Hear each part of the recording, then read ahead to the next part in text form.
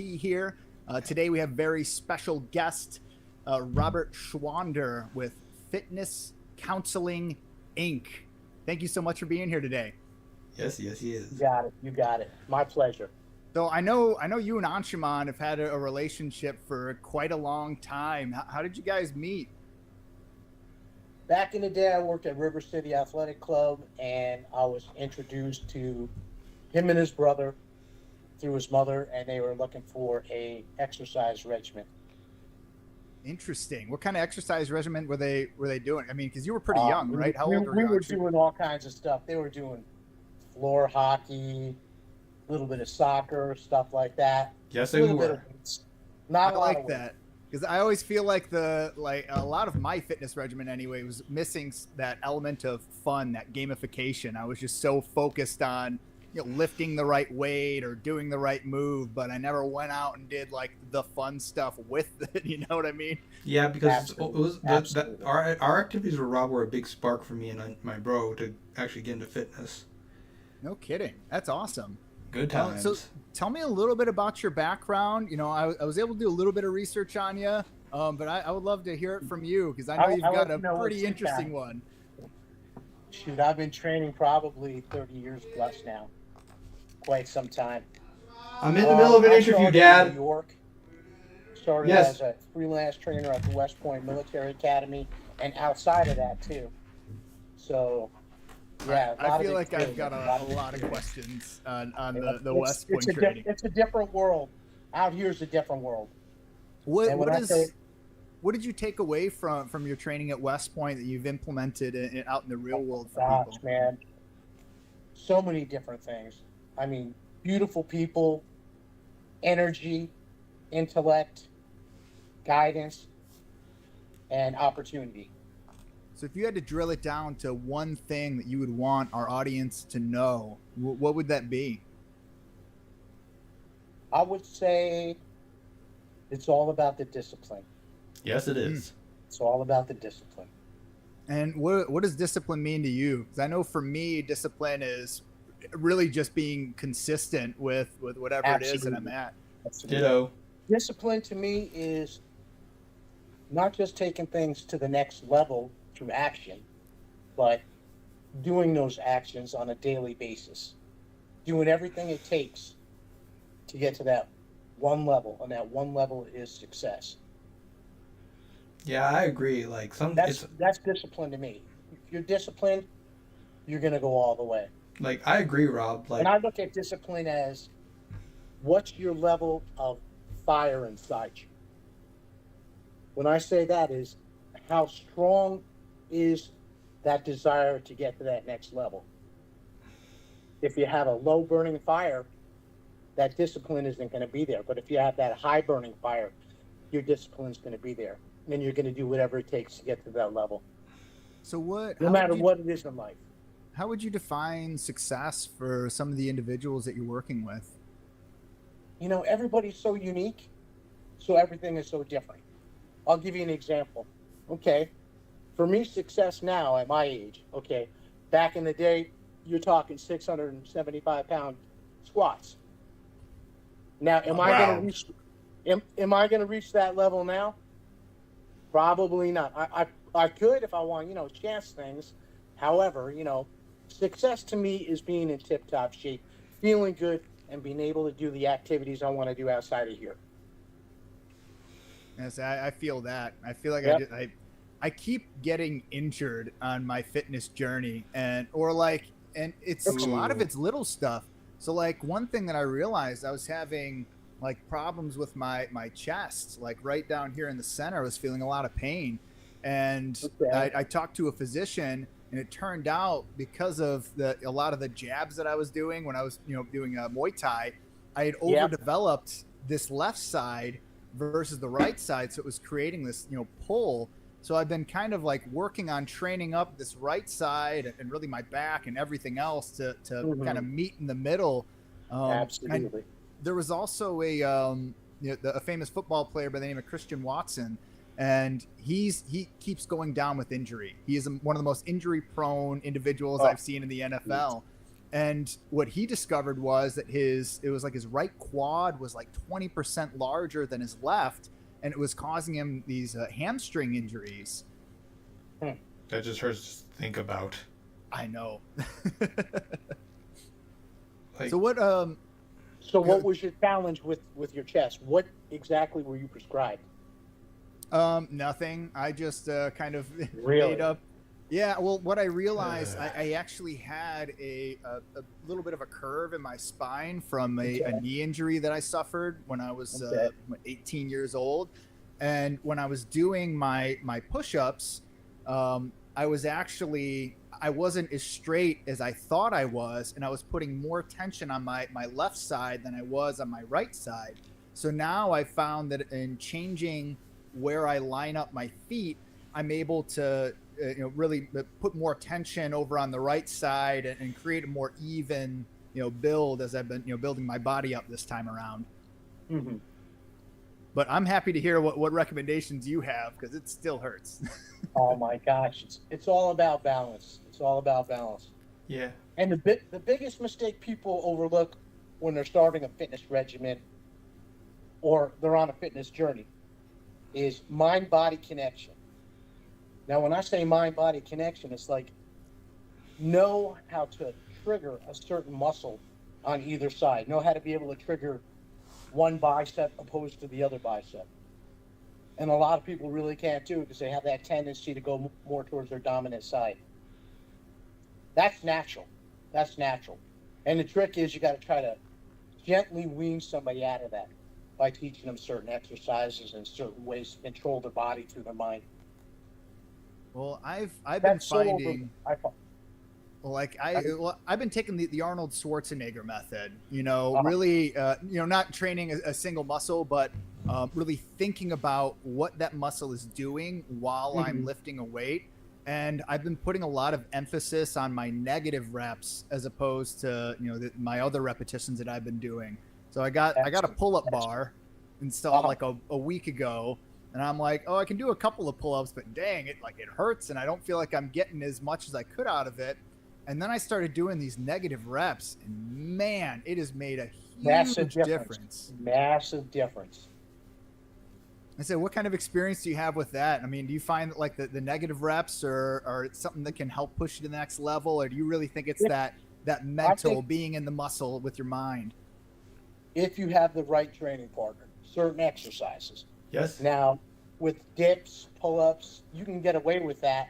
But if you're on a bench press or something, you really need to have somebody spotting you. Because basically, I found out that time under tension is my best friend. Now, when I say time under tension, let's say I'm doing a pull-up, and what I'll do is I'll hold myself off the ground, straight arms, and I'll hold for about 30 seconds. 30 seconds before I do one pull-up. wow. I was proud of myself for doing 10 seconds. But you see what I'm saying, though? 30 seconds, do 30-second little timer, hold, do a pull-up, come back down, and then do 20 seconds. Or you can do 30 seconds again and do another pull-up, come back down nice and slow, hold that tension, hold for another 20 seconds or 15 seconds or 30 seconds, whichever your body has developed towards you. And maybe 3 repetitions like that. And do that 2 or 3 times a day. Man. That's my philosophy with pull-ups. Back in the day, it was like, how many pull-ups can I do? And I'm knocking out 30 pull-ups. Oh, yeah, that's great. And I'm swinging all over the place. And when I say time under tension, I'm saying you're coming up so slow and so straight all the way to the top, and then you're coming back down nice and slow after that 30-second hold. Man, I'm just thinking about those times where I do 25 sit-ups or flutter kicks and then hold your feet out there for 10 more seconds. Yep. When I started out, it was like, if I could do 50 push-ups in 30 seconds, phenomenal, man. But I tell you what, one time I went to Daytona Beach with a friend of mine. Oh. And I learned a lesson real fast. This is, back like 90 or something, 1990. And it was a push-up competition. And I'm thinking, I got this, man. I got this. I could do 100 push-ups, and not a problem. But they played a little bit of a trick on me, I tell you. Started doing the push-ups. I said, okay, give us 10. Did 10 push-ups. I'm like, no problem. They said, okay, now hold for 20 seconds. Oh. I'm like, what? That would And change then he's it. like, 10 more. And you know what? I was built like a brick house. And I collapsed before my buddy, man. I was like so embarrassed, man. I think I was like the second person to collapse, man. Oh man. So I learned. I'm I sorry learned that real quick, happened. man. Time under tension. Well, education through failure too. Right. Like Absolutely. I was playing basketball yesterday, just shooting around on the court, and like I realized there were two parts of the court that I was just really uncomfortable, shooting threes from, and I'm like, and I just found myself never going to those areas. So I'm like, you know what? I need to allow myself to just fail here. Like I need to miss Absolutely. 15 shots so Absolutely. that I can make that one. And by the end of it, I was sinking them, and I was just so flipping proud of myself. I'm like, I just failed through this thing, man. I love it, man. I love it. So I've got a question for you, and it's actually kind of a two-parter. So one is around hydration, and then the other one is around really cold therapy, because that's kind of something that's been a trend lately. I know that. So starting with hydration, I saw a study where they were doing they were specifically doing deadlifts for this study, and they had the guy as hydrated as he could. He maxed everything out, and then he does his max, and then as many like reps as he could, and I think one other exercise, and then the next time they had him purposefully dehydrated, and he was only able to lift about 70% of what his body was capable of while he was dehydrated. But there's a running theory out there in having less water in your muscles and creating the tension on there, that you actually can work your muscles more while dehydrated and faster to build more muscle, which I'm terrified of the idea, which I want to ask you about. Yeah, so am I. Yeah, that's a difficult situation. And I'll tell you why. Because each person's unique. You know that, plain and simple. It's like you try to give somebody a nutritional plan, something that might work for you, might not work for me. And hydration, I have to be well hydrated. In fact, occasionally I'll consume Pedialyte and whatnot just for performance. So Yeah. I don't know if I would subject myself to something that might be detrimental down the road, in regards to like limiting how much water I take in, because once dehydration sets in with a workout, the workout's pretty much done. So Yeah. to experiment like that, I don't know. I don't have the real science behind it, but I know how my body responds, and I know how my people's body responds. So it's I wouldn't really subject them to that. Yeah, for me, It seemed interesting just because when what it said was essentially in having less water in there, it was creating more heat inside of the muscle, and it would tear the fibers of the muscle more easily, and that would and then you of course build that back up with proper diet and all that other stuff. But I'm like, wouldn't that just? I feel like that would open you up to injury, which would. I agree. I think so. And what age level was it at? Oh, I mean the guy who was doing it, he was young. He had to be between 18 and 22. He was a young kid. Yeah. Yeah, I would not recommend my that. clientele, my personal clientele, 30, 40, 50, 60, 70, and 80. So, to really get those guys to do something like that, I wouldn't even think about chancing it. Yeah, I really And suggest I that. wouldn't recommend something like that for an athlete either. Maybe on the off season if he's monitored by a good physician, but that's a tough one. I mean, everybody turns around, tries to create new science. Let's try this, let's try that, and there could be some good in it and there could be some bad in it. So Yeah, I think the trade-off there might be kind of tough though, because You just especially said if you're an the athlete. trade-off. Exactly Yeah. right, the trade-off. And you put yourself into a position where you're becoming more injury prone during your training. Like I feel like your chances are going to skyrocket for you to have that injury. or create, tendinitis or inflammation of the muscles, or maybe you're having problems with where it's connecting into your joints. So I would, for me, I think I would go more towards the hydration method, which is also a bit of a struggle in general, because like I used to just drink a ton of water, but I was still feeling really dehydrated because I didn't have the appropriate sodium balance. I was just depleting my body of these other nutrients. Do you have any advice on staying hydrated? I'm telling you, man, and I tell everybody this, and I've had a lot of success over the years with just plain old Pedialyte, man. You look at all the professional teams that take Pedialyte. They're doing all those other drinks. I'm not going to mention the drinks, but you look at all the substances inside of those drinks. They're not. It is scary, man. It is real scary. Ester of wood rosin. That's a turpentine. Come on, man. Red 40. Yep. There you go. They put turpentine in drinks? Pedialyte is it for me. That's interesting. I've actually got some here in the house, so I think that's going to start. This stuff is great, man. Pedialyte's wonderful. Boom. There's days, man, I'll be working outside in the heat and whatnot, and have a Pedialyte, and I'm back to normal. Man, that's awesome. Yeah, the bounce back, I feel like for me has been kind of tough, because like I'll drink a ton of water. Like I feel like I'm drinking a ton of water, and I didn't feel like I was getting the benefit. It just doesn't like have that boom. Yeah, well, and then you get that brain fog kind of sets in, and that's the other thing. Just like you said prior, that you feel like you're missing those nutrients. Yeah, well, if you're working out dehydrated, you may miss those signals that your body is sending you to say like, hey, like, knock it off, Yeah, I need to drink more water. Your workout's done. It really is, because it takes so long to recoup from a dehydration. Yeah, I definitely need to drink. Realize that. I really need to drink more water in general because I don't drink enough water. Because like how much water are you drinking? I don't know. That's why I need to be careful. Like I think thanks to just to give me some heads up with my training with Rob for our audience and everyone else. So I trained with a kickboxing / MMA coach we had at Rob's gym was called Rustam Olmasov. He moved to Florida years ago during. We got thirsty at the same time. Sorry. So he basically turned me inside out essentially. Like he trained me to my utmost limits, made me stretch in ways you can't even imagine. That's actually the reason why I joined Peoria Muay Thai in the first place. Keep up with his workouts.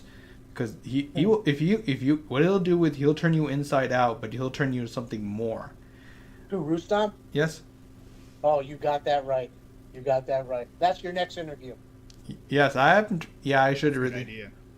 Oh yeah, that kid's a killer.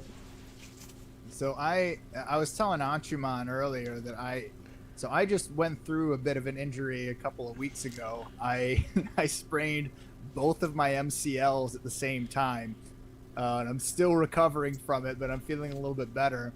And it was my own fault.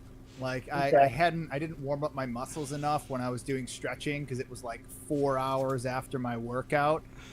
Okay, so repeat that one more time. You didn't what? I didn't warm up my muscles. Okay, because I know what your next question is going to be.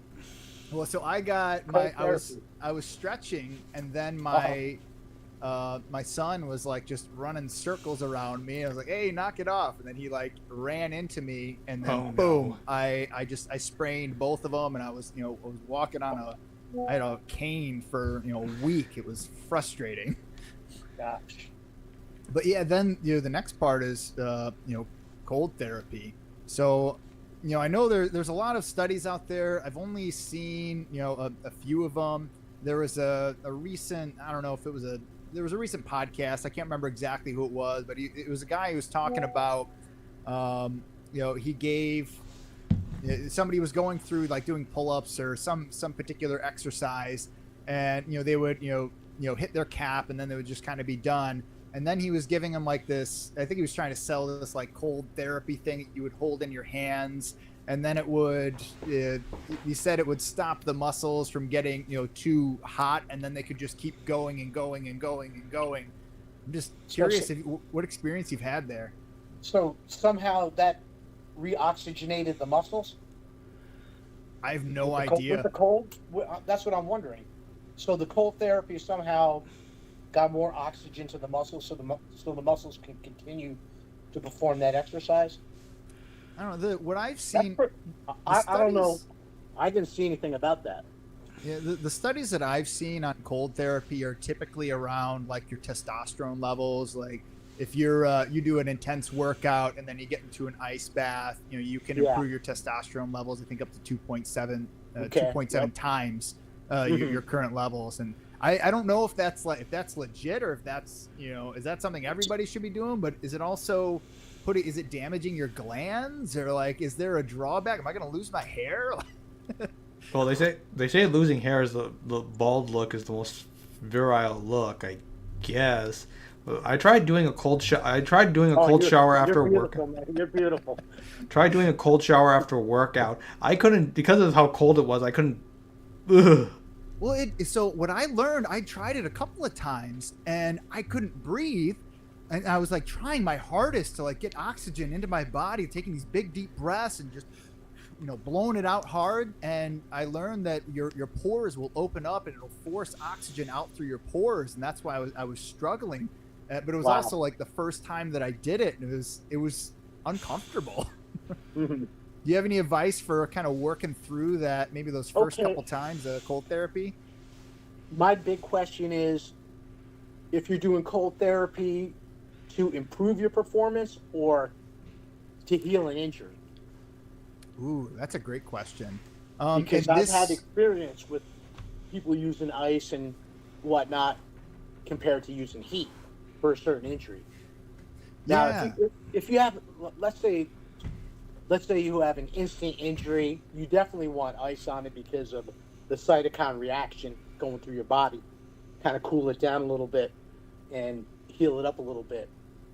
But I've seen many occasions where people have been injured and that injury just kind of like sticks around, and ice just doesn't really do a lot for it. I found out personally that people that use heat, like a heating pad on that area, somehow it gets better blood flow to that area. And Interesting. I've seen better recuperation with the actual heat. So, I've talked to my sister about this a few times. She's a family physician, so every time I do something stupid, I call her. And her advice is always, cold the first 24 hours to help with swelling and pain, and then heat after that. Thank you very much. Yes, exactly. I was gonna ask something else. Sorry, Anshuman, go ahead. Let me think of what it was. thank you for having your sister. Oh, dude, I know. I remember the other thing. She was telling me about, she'd gone to like a seminar, and they were talking about stretching and warming up your muscles before a workout. And what they were finding is that stretching did absolutely nothing before the workout. It was 100% warming up your muscles and creating that elasticity that prevented injury when people were going to do their workouts or a sport or whatever it is. It sounds like you find something similar on your end too. And I'll tell you, I've seen people stretch and stretch and stretch and still acquire injuries. So the stretching part, that's a tough one. I mean, having flexibility is very important. You want to stretch certain things if your hamstrings are too tight and all that. But the stretching, I don't think it's really going to help your actual workout. Yeah, it sounds like the post-workout stretch is by far the most important if stretching is something that needs to be done. Absolutely. I've heard that Americans in general typically have like really tight hamstrings. Have you run into that? I would say it's on an individual basis.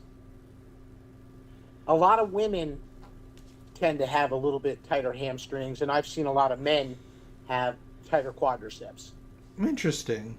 So that is interesting. It really depends on the individual. If the individual is somewhat conditioned and they're doing everything that's necessary to keep their body flexible, generally they don't have that kind of a problem. But if you're talking about the average guy on the street that really doesn't do much, chances are that their hamstrings are very tight. Are you talking about men or women?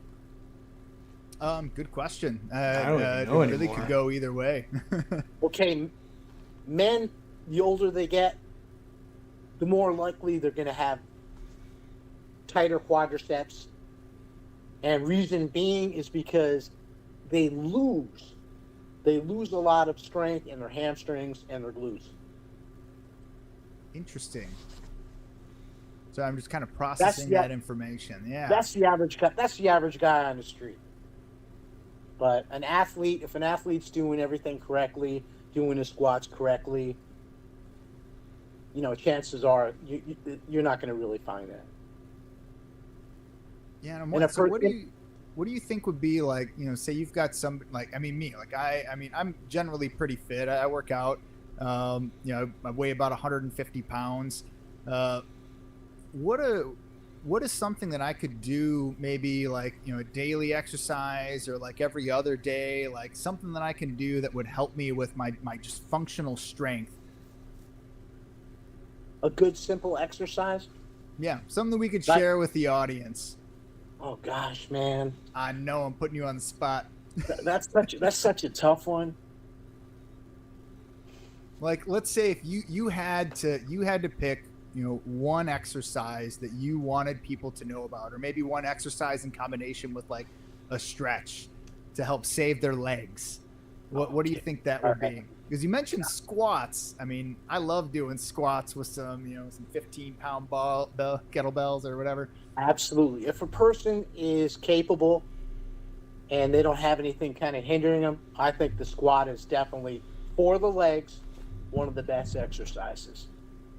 Yes, it is. Definitely.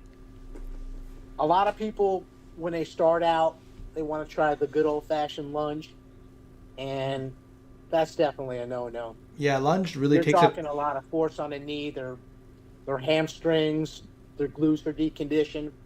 They're going to have a tendency to blast off that exercise with their knee. Yeah, like squat. So the basic squat, if you learn the basic squat in a position where, let's say you're sitting on a stool or something like that, and then you're working your way into a lower position. Oh, It all depends on the condition of the individual.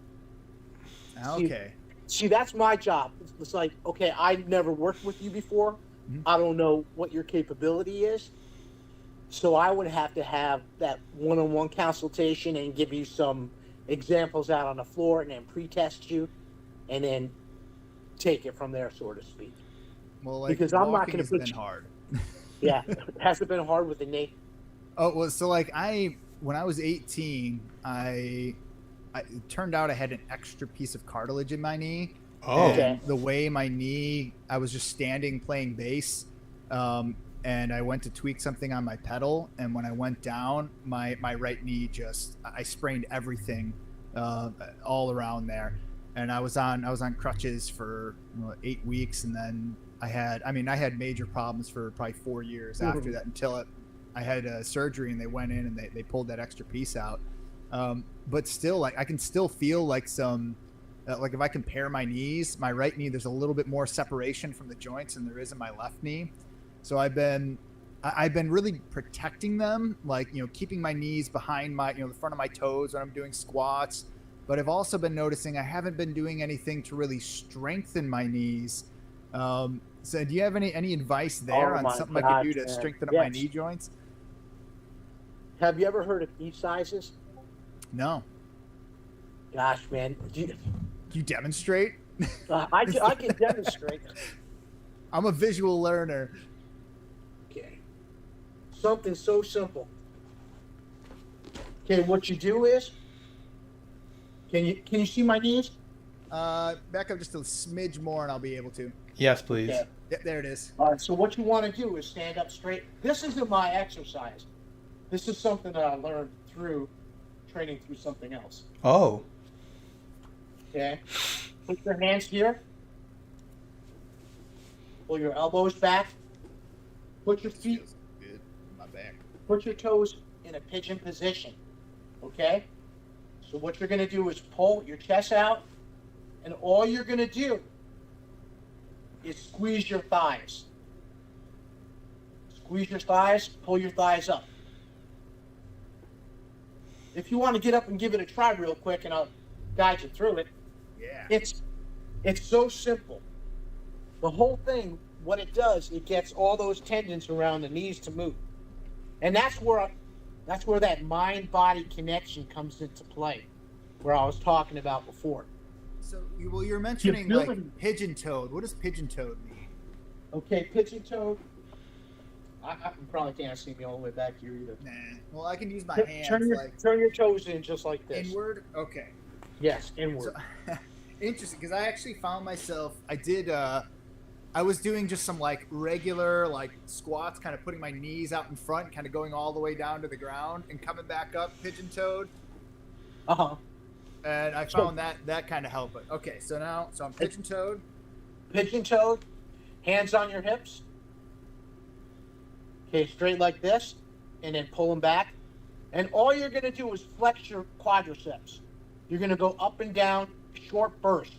So 1, 2, 3, 4, 5.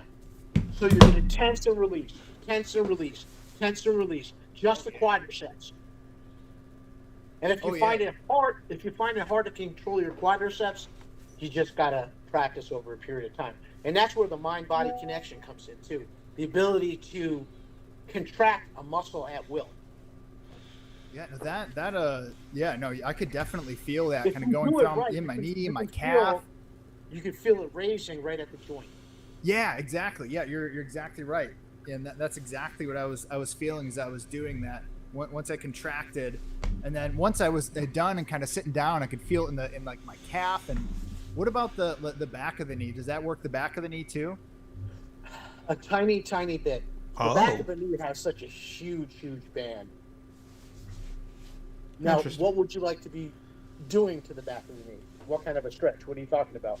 I don't know. I just want to I want to be able to walk around and not feel like I don't want to be afraid of like injuring myself, because that's like I'm trying to build some bulletproof knees. It really is what I want to do. Does it feel a little bit weak when you walk in the back of the knee, or more towards the front? I'd say for me it's more in the front of the knee. The Okay. front kind of on my right side, my front right knee. Just I don't know. It's always just been kind of a little like I've always had to kind of favor it, and that's what gave me that stupid curve in my spine. Absolutely. But if you want to engage the back of the knee, just simple little toe ups. So you're just doing like little calf raises, slow and steady. You don't have to do a lot of weight, or you could do like foot circles forward, foot circles back, and then up and down like gas pedal. Oh, that's because I've just been doing like foot circles, like just for my ankle. Like I thought it was just warming up my ankles. It's gonna get all that stuff triggered up there. It's not gonna get all the way behind the knee, but everything's connected. Well, this is why you're the expert. Everything's really connected. So you really got to start at the bottom and work your way up. Well, thank you. Yeah, because I just, I think about like my, my wife's grandmother, and like her knees are just so difficult for her. Like, moving just from one room to the other is a real challenge. Yeah. And I'm like, man, like if I'm this bad right now, what's it gonna be like when I'm 60? Like, am I gonna be able to pick up my grandbabies? I'm 37. No, how old is she? Oh, she I think just turned 80. Oh yeah. Okay. And she's been active her whole life? Not very. Okay. I won't get too deep into that one, but you don't have to. I know, like for my wife too, like she injured her knee when she was in, I think she was like 16 or younger, and that's kind of that's been difficult for her to kind of to work through. Yeah, bounce through it, and they have that tendency to favor the other side after that. Yeah, I was just so scared. I'm like, I've got one good knee. I don't want to blow out my bad knee again and be on crutches. So I just never really did anything with it until I started doing Muay Thai, and then I felt like I was really working. But then again, I injured well, sprained my foot standing in the kitchen, like just standing. So let me tell you something about Muay Thai. I never competed, but I trained quite a bit with it and whatnot, and I'm telling you, I've generated a lot of injuries in the past from it. Oh. I mean, to the point where I'd kick an hour a day. Wow. I'd work out like a madman, kick an hour a day, punch an hour a day, this and that, and boom, boom, over and over, day after day, without any rest when I was younger. Not really thinking. Yep. I kicked quite a bit. I ended up with an inguinal hernia from kicking. That just I had to have surgery. That just hurts just to think about. Again, Yeah. So I kind of had to like tailor down a little bit, like every once in a while I kick, but I could feel it in my hips still. I'm sorry that happened. From all that rotation. No, it's all, it is what it is. You live and you learn, Yeah, well, But that's where I got my worst injury doing that And stuff. shoulders. Yeah, I was doing jujitsu with a guy who weighed, I think he was like 235 at the time. I was 150 pounds, but I was not a lean 150 pounds. And he got a full mount on me, and I could just feel my rib cage just kind of flex in, and then pop. And then I broke my rib, tore the cartilage back here, and then it cracked my sternum. That's where a lot of the pain that I've been having is coming from. But, exactly right. Exactly right. and that was just messing around. There was no coach around. And for anybody out there listening, if you're doing this stuff, get a coach. Get a coach, trainer, somebody who knows what they're doing. Don't just mess around with your buddy like I was doing, because that's when I hurt myself, when I thought I was being safe and I really wasn't. And same thing with punching. Like I just wanted to level the bag, so I was putting all this effort into it. But you know what? I hadn't trained the tendons that are connecting into my joints enough, so I kept injuring my shoulders over start and feeling over that again. shock going down. Yep, Exactly. absolutely. Yep. It feels like this electricity just flowing through your shoulder and your elbow and everything else. And then I felt real dumb for a while. It's like game over, because then you got to rest and you got to rehab it. But getting back to the coach, you have got to have the right coach when it comes to martial arts and stuff like that. And I'll tell you why. Because I had a buddy, back in the day, he was second in light heavy in his division and whatnot. Like he was up there, but the Muay Thai boxing. I was working with him, and he was great one-on-one and this and that and whatever. But he had a little bit of an issue. I'm not going to say his name or nothing. So he had an issue where if somebody new walked in, all of a sudden, if you're going 30% or 20%, he went from 20% in an instant to 100%. And it was I got hurt a couple times like that. Broken nose and all that good stuff. Oh, that's unfortunate. But yeah, it was all of a sudden he just boom, in an instant he had something to prove. And it was whoa. You got to ease into it. Don't just go from 20% to 100% because somebody walks in or this or that or whatever is checking out what you're doing. Yeah, so a coach is important. A coach with no ego, knows what he's doing with experience, man. I'm telling you. Yeah, ego is a big thing, and having a good partner to work with that you know what to expect from. Because I think it was the third time I ever really started sparring at a gym that I was working out at. And Big Dog called me in. I'm like, all right, whatever. He's experienced. He's an amateur Muay Thai champion. He'd take good care of me. And I don't know what happened, but I did something that made him mad. And he was 200 pounds. He just started throwing bombs on me, and he knocked me out. And I'm still mad about it. That's uncalled for. That really is uncalled for, man. Because chances are he could have kicked your butt any given day. Am I right or no? Yeah, dude. Like, absolutely. You don't do something like that to demoralize somebody, destroy their spirit, or permanently injure them. If you can't adequately defend yourself, you can be destroyed. Yeah. Am I right? Well, I mean, I was really. I Even guess if you- we had different expectations because I was expecting him, like, if I did something, wrong, or that he wasn't, wanting me to do, that he would vocalize, and none of that happened. It never happened. I still don't know why he did it. I mean, this is years later. It's like, man. Yeah, still that's just uncalled for, man, because you can get really hurt. Yeah, so now I take the lesson from me. Find a good coach with a good You just training said it. partner, and The if right you coach. see an ego on somebody, steer clear. Like, let them hurt the other Absolutely. people around them that are in their orbit, but steer clear of that or those individuals. Yeah, because they're going to try to hurt you. Yeah, If you don't and hurt them first, they're going to hurt you. if you're a gym owner, like, that's your obligation. You need to be watching out for those individuals and hold them in check, because absolutely. those are the people that are going to ruin your business. Absolutely. So, Absolutely. Rob, I have a question. So, a lot of martial artists, specifically in like kickboxing, Muay Thai, and they tend to get a lot of head injuries and like brain damage and stuff. So, what are your things about how this could be reformed? Because the UFC does underpays their fighters, but yet even though they are very very injury prone. 17% of their revenues go to fighter pay versus like an NFL where you have 50%. That's a tough one. That's a tough one. Yeah. And you know what?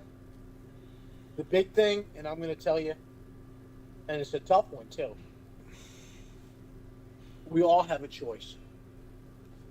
We all have a choice whether to do it or not do it. Mm.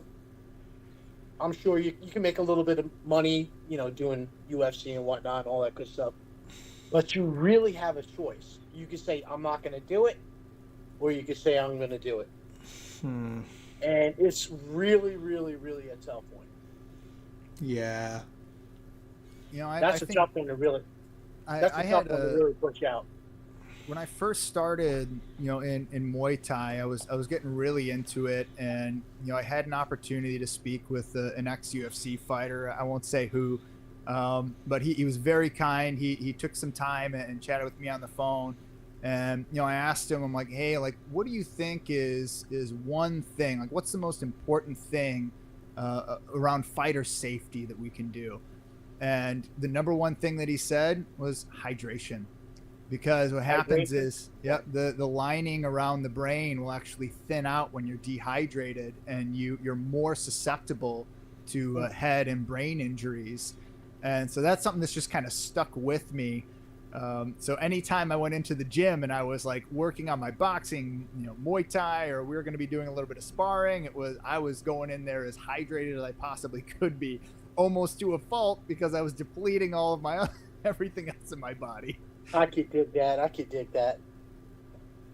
But yeah, a lot of times we don't see the real effects of those head injuries until somebody's a little bit older. Yeah, that's very unfortunate. That's the big thing. You see, it starts to turn into like the gray matter, and then it'll start to harden, and then you don't get I don't know a those. lot behind that science, but It's fascinating. If you look at some of those, like the older boxers or whatnot, there's indicators. Freddie Roach.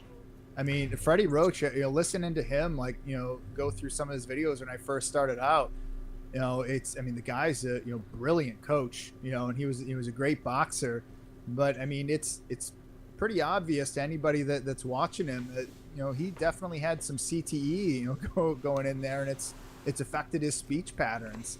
Absolutely. And that was kind of the thing that scared me off of it for a long time.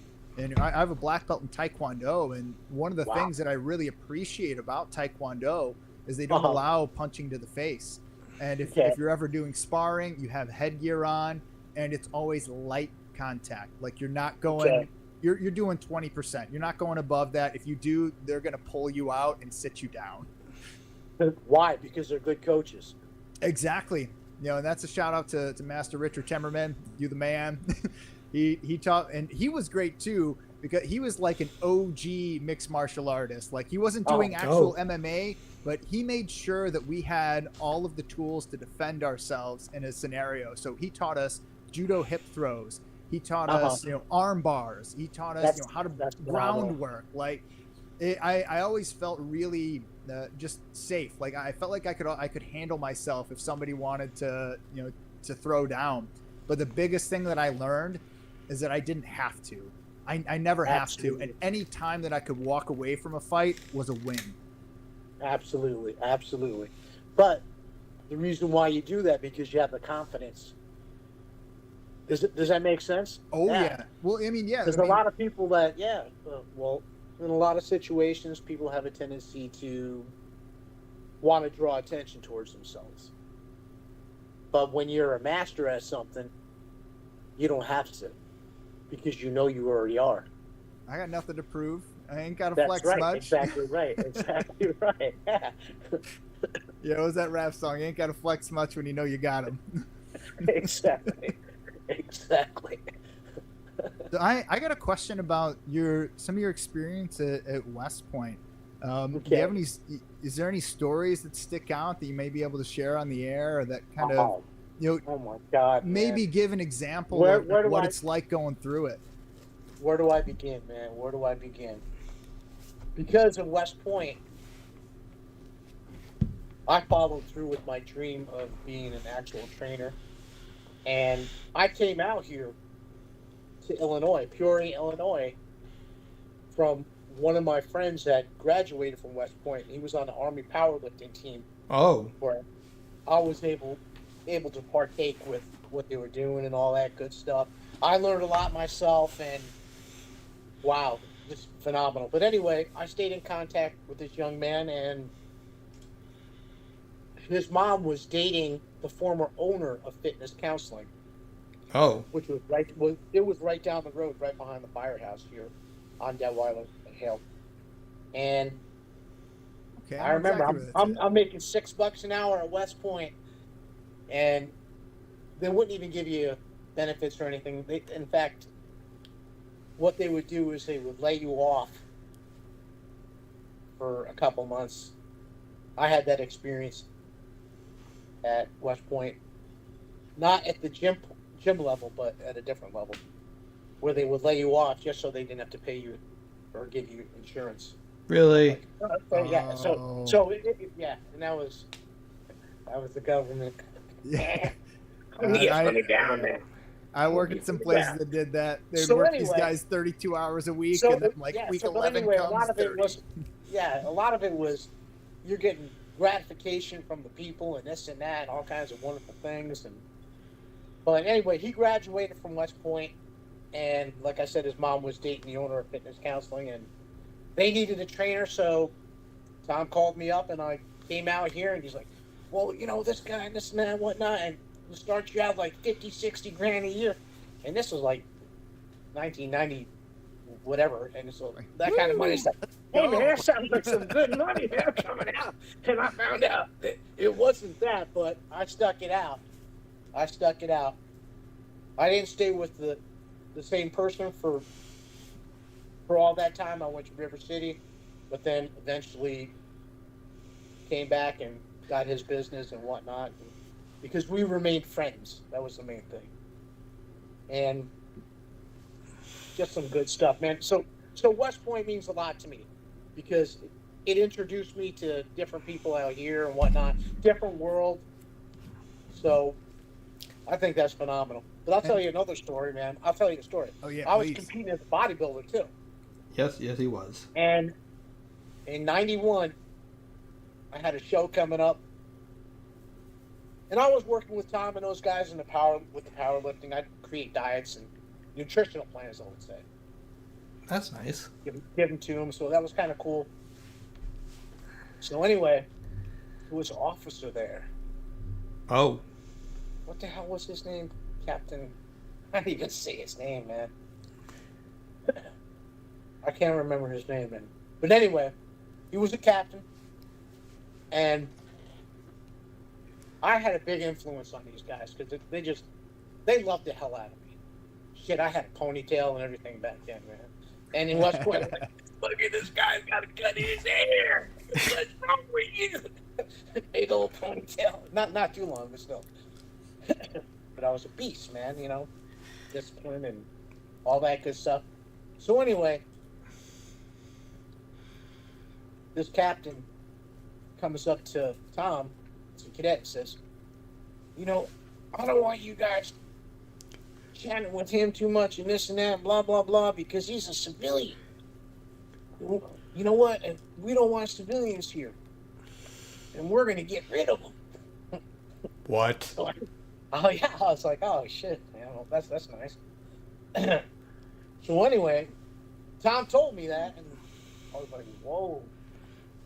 So I did everything possible, you know, because I'm flexible. I'm the politician, you know. I kind of like bended towards his needs and whatnot. And I remember in '91, I won Mr. Natural New York State. That's in a bodybuilding competition. Which is amazing. And but anyway, so I bring the trophy in to the Arvin gym. Oh, I know. I hunt that captain down, right?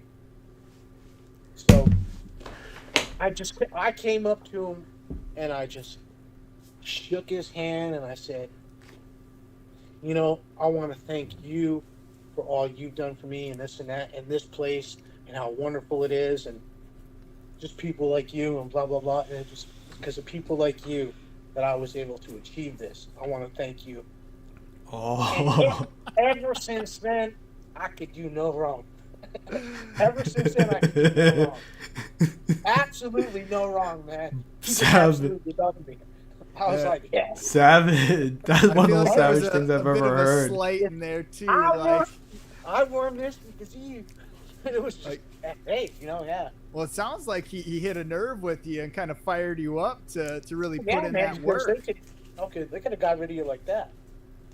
Yeah, because that was like in the 90s when the Bush administration was cutting back on civilians. Oh. Yeah, one of my good friends, Pete LaChance, that was the strength conditioning coordinator at West Point, he lost his position. Oh, that's... Yeah, he was one of my main connections, too. That's very unfortunate. He enabled me to do presentations and this and that, get me out of my shell, and like it was just wonderful, man, wonderful. Oh. So yeah, I would say being a part of that, it really opened up a lot of doors for me.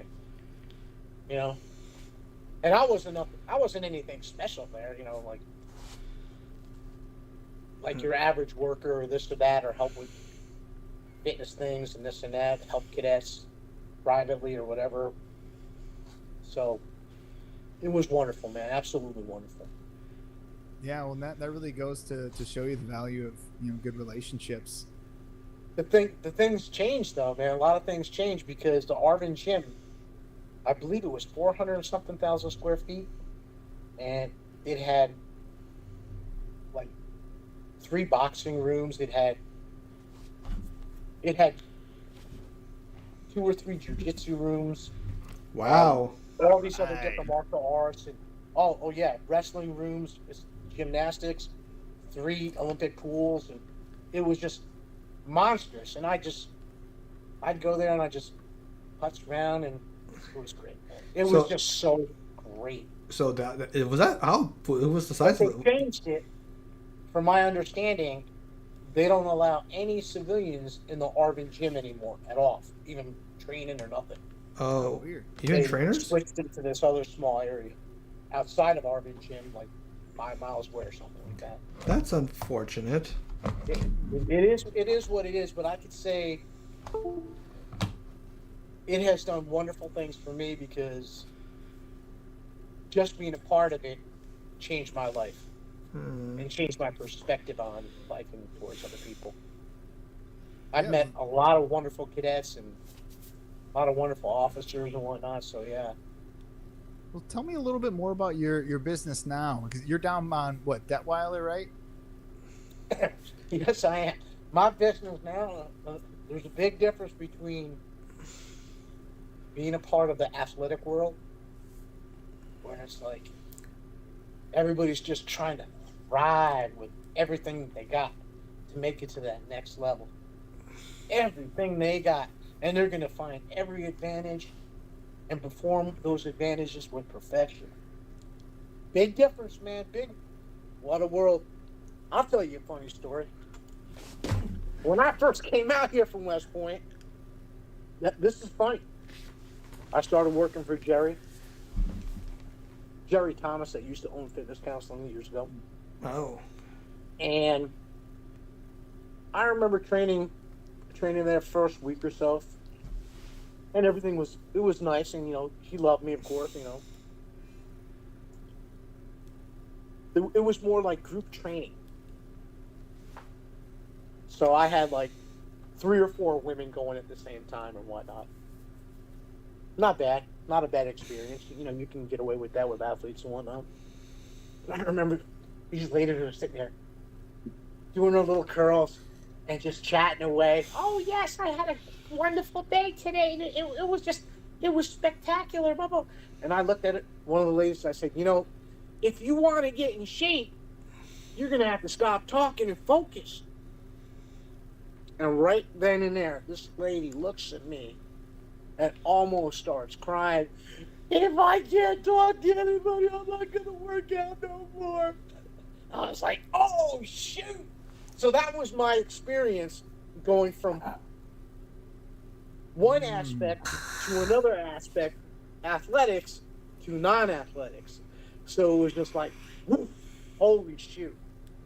And I found out really fast, you need that other aspect in order to keep your business going. So Yeah. Good for you for recognizing that, because that's tough. It's hard to find athletes, I hate to say it, that can afford your services. Yeah. Unless parents are paying for it. A lot of parents will pay for their kids, strength training and this and that and whatnot, go through high school, but once that's done, it's done. I've had clients that I've had for 20-something years plus until they move or pass away or whatever. And some wonderful experiences. But that training is so different. I know. It's like night and day. Sometimes I'm like, I like to push them a little harder, but you really can't, because 3-pound dumbbells is really all they got, and you got to respect that, so to speak, and gently take them to another level. So But now, I'll tell you, I've had some wonderful experiences with some older gals and older guys wanting to partake in powerlifting, and it's getting them going and seeing them achieve tremendous results. You take a 60-something-year-old woman, can barely touch her toes, if she can touch her toes, to develop her to that point where she's deadlifting 225 or whatever. Yeah, I was going to ask because you that's about what that. they want. But that's what they want. Do you know what I'm saying? That's what they're asking me to do. I'm not forcing that on them. I'm not telling them this is what you should do. It's because they come to me and they tell me, I want to learn powerlifting. Okay, so this is what we have to do, and it's going to be a long, slow process. Not everybody wants that, but to get that wonderful opportunity to do something like that, to really bring out some of your knowledge, is phenomenal. Also, yeah, be able to flex that part of your brain, and your muscles as you're going through. That's awesome. You know it. You love to teach, because it feels really, really good. Well, I've got a question for you. Shoot away. Well, it's around. So, being around in the gym and hanging around these guys that do a lot of lifting and all that stuff. I've heard deadlift, king of all lifts. Is that something you could say? If your body will allow you to do it, I am telling you, deadlifts done well. Boom, phenomenal. But if you're deconditioned, you don't want to jump on them. You want to make sure that your body's conditioned. How's your body conditioned? You got your core back up to par.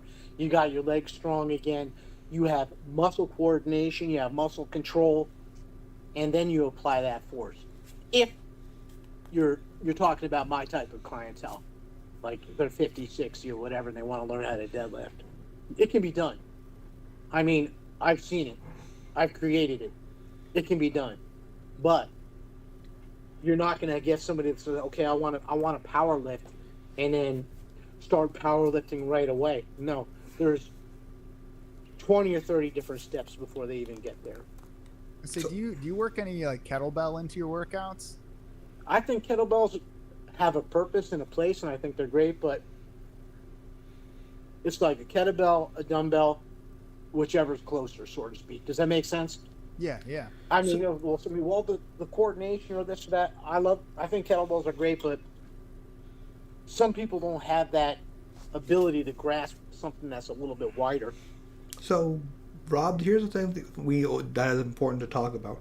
So, but because yeah, kettlebells are great, absolutely, if they're done really, really good. So, what's that, Untrue? So basically, I've noticed something, especially with your gym and other gyms in the area. COVID's essentially damaged gyms because not many people are attending as they used to be. Like, things are so different, like, back before COVID. You know, there's a big difference, but I think people are starting to pick up again. Yeah. And I'm seeing the people that want to go past COVID reach out to better themselves. There's a lot of people who are stuck in that mindset, that COVID mindset, where it's like, you know, I'm scared to go out, I'm scared to do this, I'm scared to do that. I think it's not so much the physical effect of it, I think it's more of the psychological effect that they conditioned themselves not to do anything, so to speak. Yeah, so during COVID, in my experience, like, it felt like being locked in a cage, especially absolutely. I had absolutely. I loved being at home. I worked out like a savage, man. I had the whole place to myself. Me and Rustam. Me and Rustam worked out every single day with COVID. Man. You know, something, I think I'm getting sick. You ain't getting sick. He smacked me in the back of the head. I'd be like, COVID totally derailed everything I was doing. Like, I was going to the gym like 3 to 5 times a week. Yep. And then once COVID hit, I got in one one-on-one session, and then that was kind of it.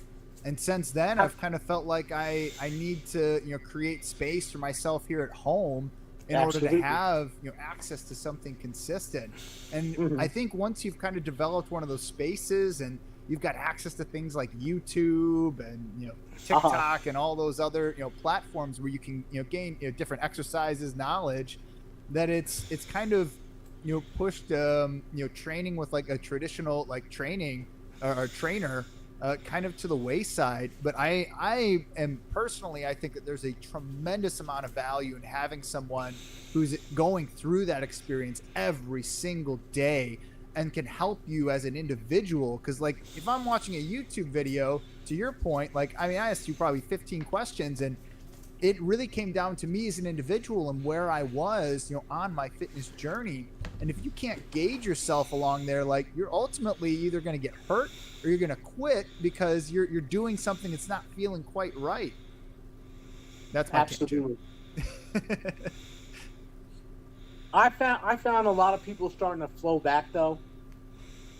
That's in good. Regards to like personal training and whatnot. And my personal training has never really died down. The moment COVID subsided, the moment the lockdown subsided, I would say 95% of my people came rushing right back. Now, gym membership is a different story. Yeah. People that you're really not engaging with and this and that, they kind of like broke free from the actual partaking in the gym.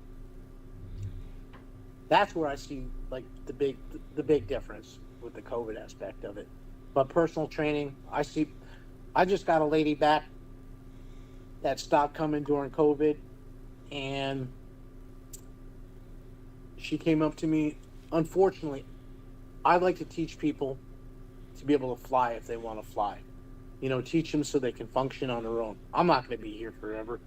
I want a person, if I'm not here, to be able to succeed, plain and simple.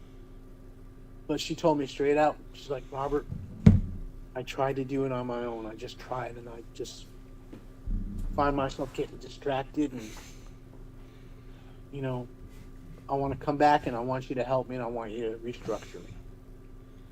And this was actually what, a week ago or so that she came back. So, That's but awesome. she was off for like, she didn't do anything for like 2 years, I think, or more, whatever COVID was. I don't even remember anymore. I mean, that was what started March of 2020. Yeah. My son was That's born right. like a So- month before that, So so I more was like, 4 years.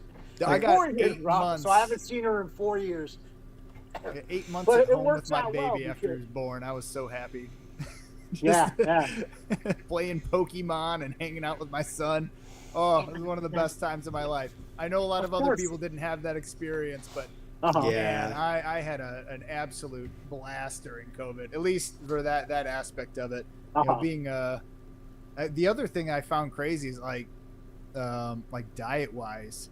You know, I found myself just going off the deep end in all the wrong ways, just eating tons of processed food and drinking beer and just doing a bunch of silly stuff. And Uh-huh. like I quit drinking, I don't know, maybe a month ago, just because it wasn't really doing anything for me, and it seemed like it was, you know, hurting me more than it was helping me. And I cut out refined sugars, and I've been working out That's the consistently. ticket, man. Oh man, I feel That a is the million ticket. times better. You know, I still have I do some intermittent fasting. I don't know why, I don't really need to, but I just got in the habit of doing it, and Okay. I love being hungry. Like once I get to noon, I'm just like starving You're after a chowing workout.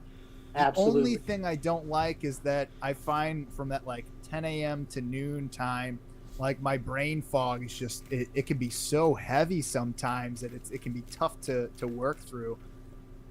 Okay, I got something to add for that. Fasting is phenomenal if you could do it. If the person can do it, if your body allows you to do it. I have hypoglycemia, so Same. if I fast, man, it's like game over. It's literally game over. I have to eat every 2 hours or so, small meals. I mean, that brain fog you're talking about, it's like all of a sudden my whole body shifts, man, and I'm like, and I'm good for like maybe 2 or 3 minutes when it actually hits, but then thereafter, man, it's like done. Yeah, I think I've been fortunate in that regard, 'cause I was actually diagnosed with hypoglycemia, but then it turned out it was something completely different. Something different. Yeah, it was Lucky something. you. Yeah, yeah. So I've after that I discovered intermittent fasting, and I kind of started using that as I do an 8x16. So my feeding window, or the times that I eat, is between noon and 8 p.m. And like I'll eat whatever the hell I want, you know. I mean, Absolutely. just about Absolutely. whatever I want. I love how my body feels when I eat clean, though. But it's just gotten so expensive to eat clean. Did you have any tips on maybe a food group that you could eat more? I can eat more consistently that might help my body out. Yeah, That's, I do. But let me go back to affordable? that hypoglycemia thing again. Mhm. Now, hypoglycemia, it's really not as bad as you think it is. All you got to do is just maintain that energy level, keep your insulin level like that, and you'll function like a rock star. Like a rock star. You'll be able to work out like a beast, like an animal. Your mind will be sharp. You'll be focused. Just maintain that level. Now, different foods and stuff like that, to try to find them at a reasonable price. Or are you talking like, let's say your budget's like $20 a week, $50 a week? What's your budget? Well, I mean, let's say like if you were to take most people living at a standard of living is about $300 per month what they have to spend on groceries, and that's doubled for a lot of households. How many people? I mean, for me, we have 4 people in our household, so we spend more than that. I mean, we're close to probably $900 a month. That's what I'm saying. There's like you'd be starving with $300. Yeah, exactly. I mean, and there's people living like that right now. That's painful. If you wanted to get proper nutrition in you, you'd literally be starving. Yeah. The best way to make your money really go and grow when it comes to the nutrition aspect of it, I'm going to say real clean foods like jasmine rice, different legumes if your body can't handle it. That's a tough one. That's really a tough one. Even like fruits and vegetables are skyrocketed too.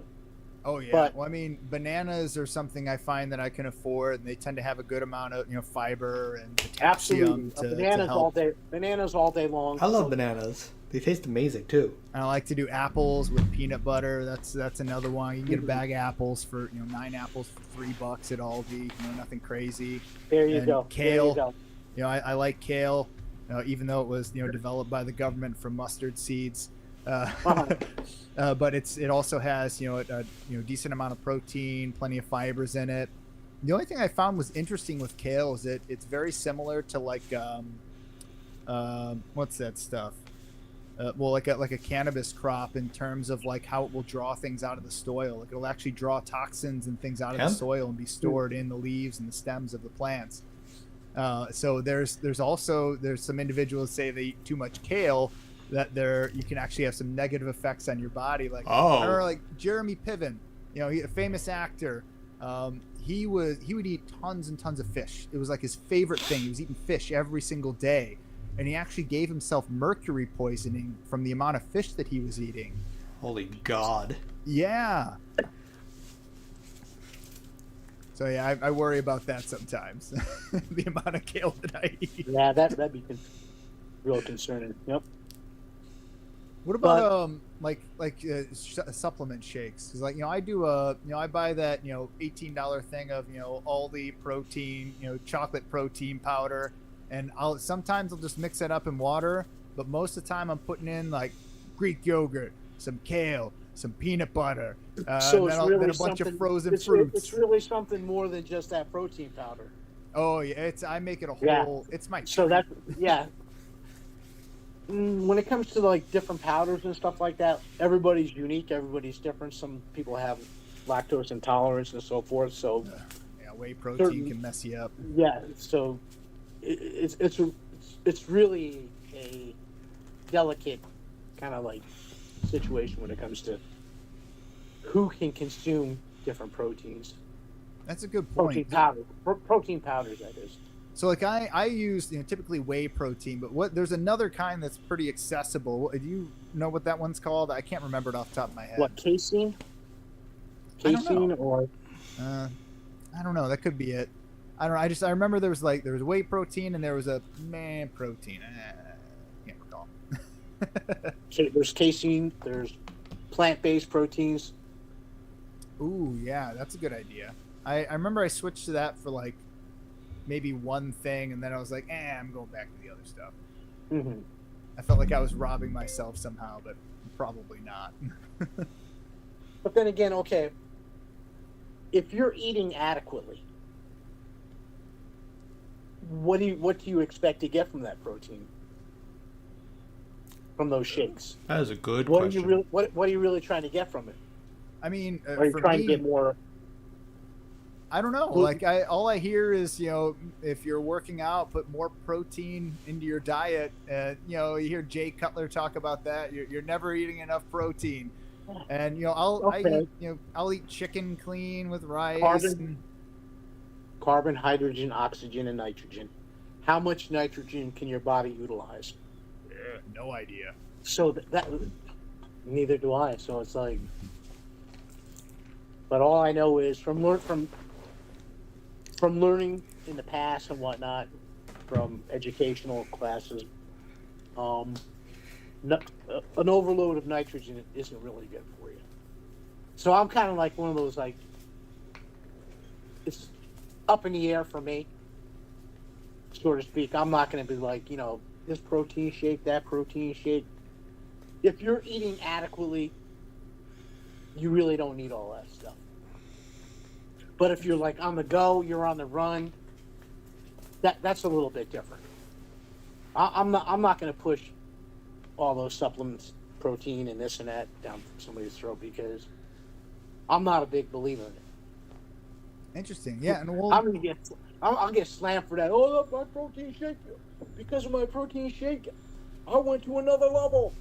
Yeah. Well, I'm gonna back you up because there is some science behind this. So when it's particularly with supplements and taking supplements, it's found that if you're eating food and getting your nutrition from food, you have a much higher absorption rate in your body than when you're taking just supplements. Absolutely. And you're actually pushing out over 90% of the supplemental vitamins and mineral and everything you're putting into your body is actually it's going out through your urine.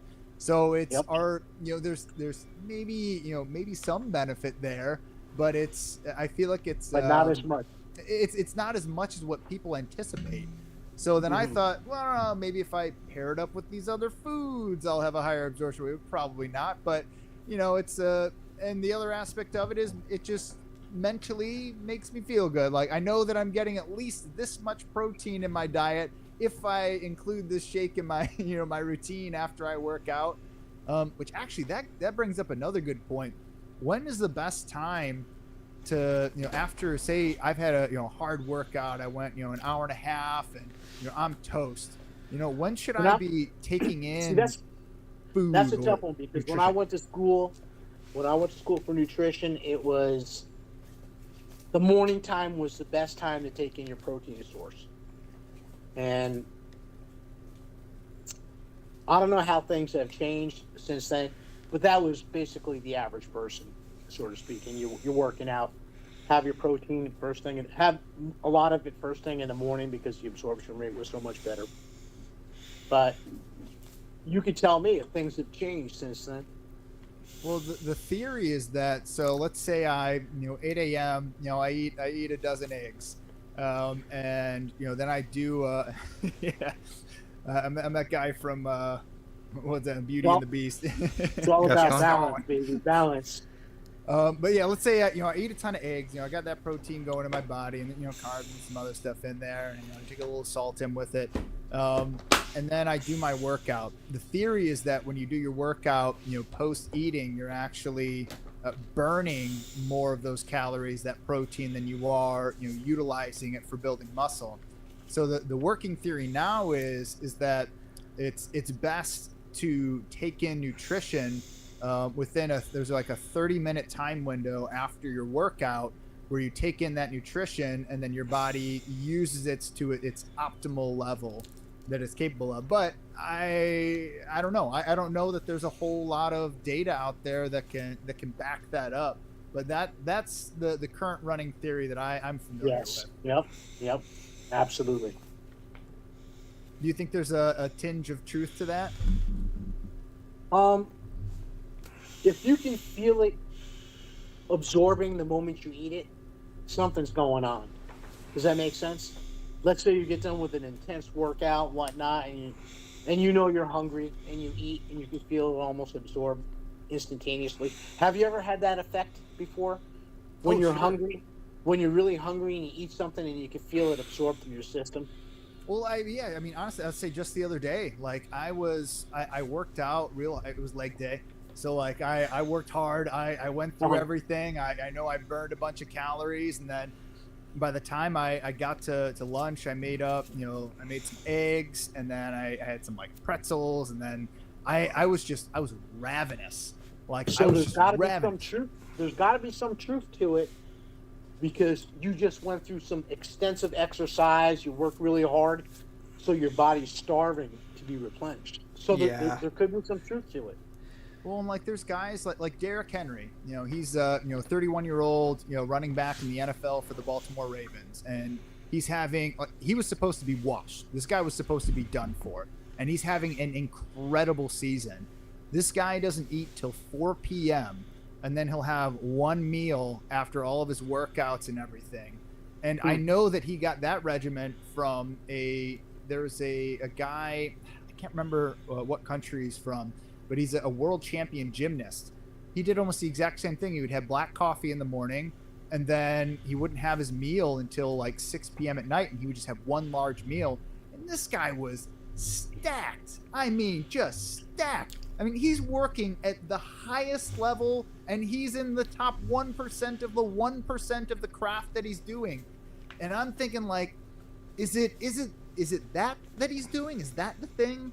Because supposedly when you like weight or like intermittent fasting, for example, they say that it'll take like the dead cells that are in your muscles, and they'll like essentially say, yeah, I'm old and dying, and they'll just off themselves, and then it goes out, into your body through waste, so you wind up getting these better gains. Like, I don't know how much truth there is to that, but it's at least an interesting theory. Is it working now? I don't know. Yeah.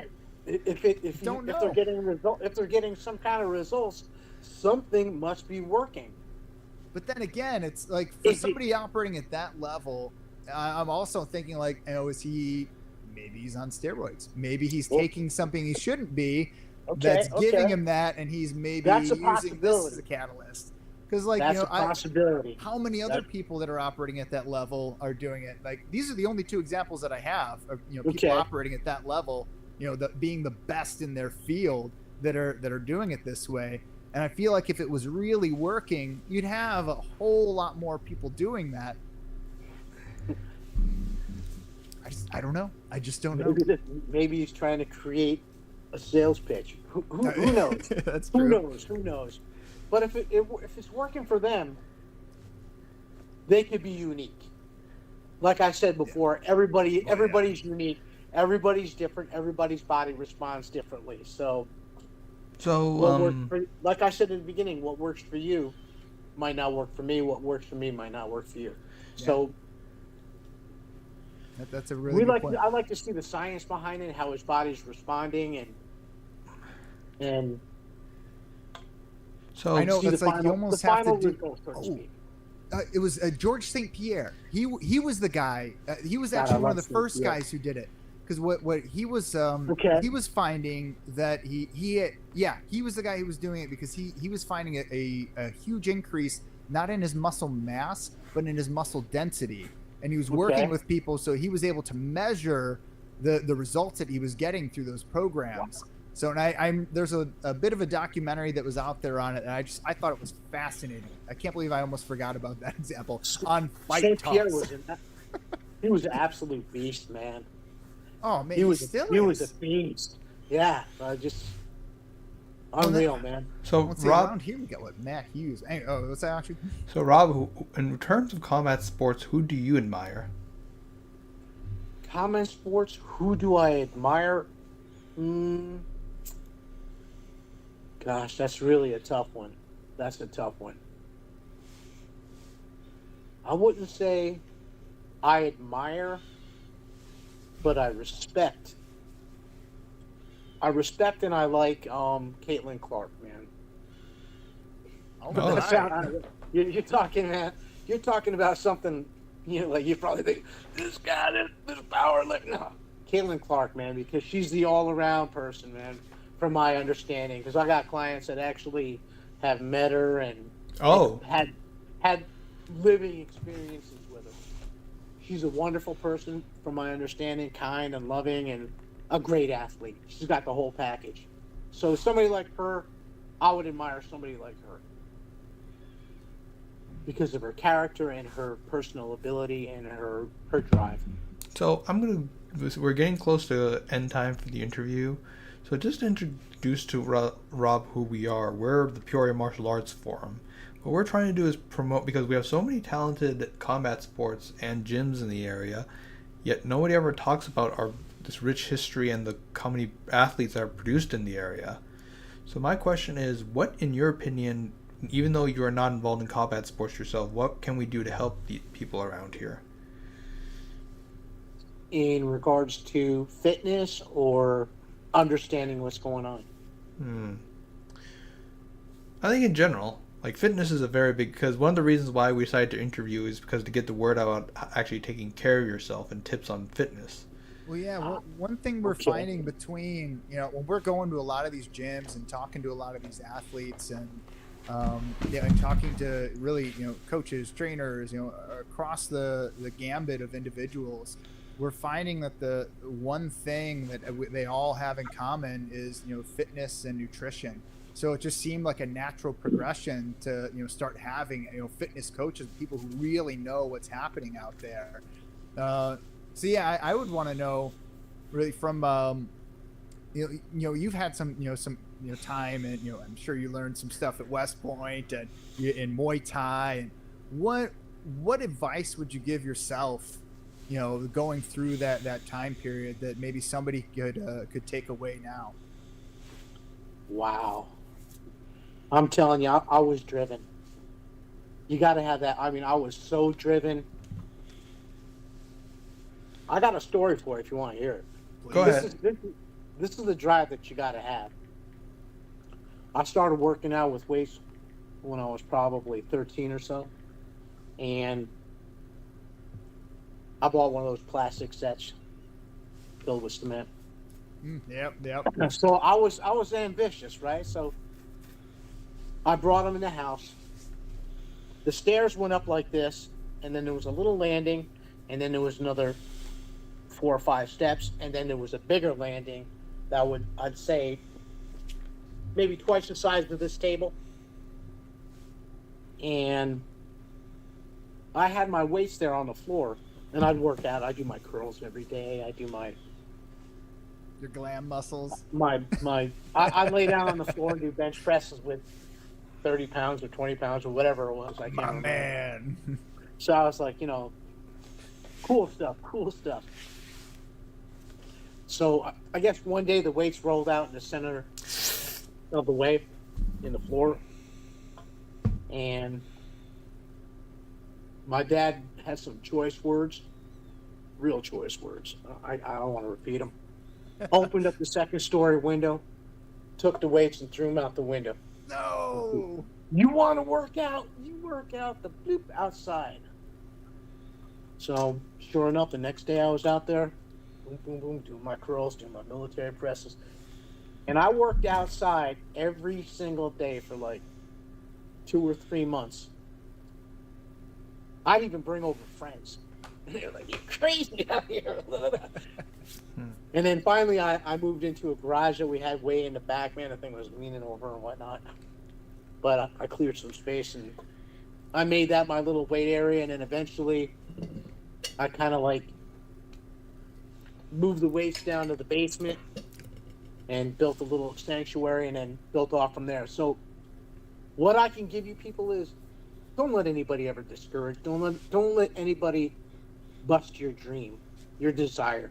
Don't let anybody take away from you. If anything, if they try to take away from you, you give them something. You show them that you are unstoppable. That you're determined, you have no excuses. You blast through. And I look at that as a blessing too, because I was told that I was wasting my time working out. You're wasting your time and this and that and da-da-da. And I'm so thick-headed, I turned it into my career. You know what I'm saying?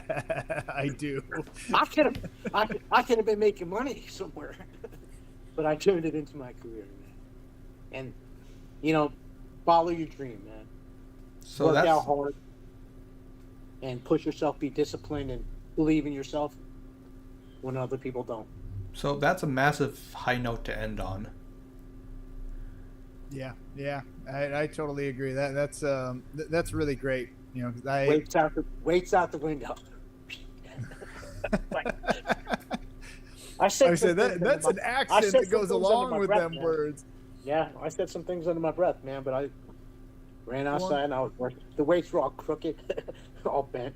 Go ahead. I'll tell you what. Like I had something similar, but I kind of went the other way with it because I believed the individual. I was asking my dad about football. He was incredible. He had a full ride scholarship for football. He was an undefeated wrestler, 2-time state champion, and I was like, hey, I really wanted to play football or try so I started playing when I was in 7th grade, or the 1 year I did play, and what he told me was, all he said was, well, you would need to be amazingly fast, amazingly big, and amazingly strong. And then finished it there, essentially telling me that I am not any of those things and I shouldn't be anywhere near a football field. And I believed him. I believed him, and you know, there's a part of me that's like, you know what, I kind of carry that with me, and I think about that now. Like when I was doing the basketball thing, I was really thinking about, you know, if I want to do this, like I need to have that drive to really, you know, put my nose to the grindstone and fail forward through it. And yeah. So I don't let individuals or those types of things, you know, stop me anymore. But it did for a very long time. That's a wonderful story, man. Well, I think that's about all the time we have. All right, guys. Robert, hey, thank you so much for being on today. It's Robert Yes. from Fitness Counseling Inc. What's that address again? 1020 West Detweiler. 1020 West Detweiler in Peoria, Illinois. Check this guy out. You know, he's been doing this for, you know, on his own for 22 years. Can you see that? There yeah. we go. There it is. Boom. Awesome, fellas. Hey, thanks Thank so you much for being me. on here. No, thank It was you. fun. Thank It you was for fun. sharing everything. You know, I'm sure there's a lot got of it. individuals that are going to take something away from this today. Thank you. Thank All right. you. Bye. Have a good day. Take care. All right, take care. I hope you edit a little bit, though. At least. Yes. Yeah, we will. We'll cut All out right, some clips guys. and post them. All right, baby.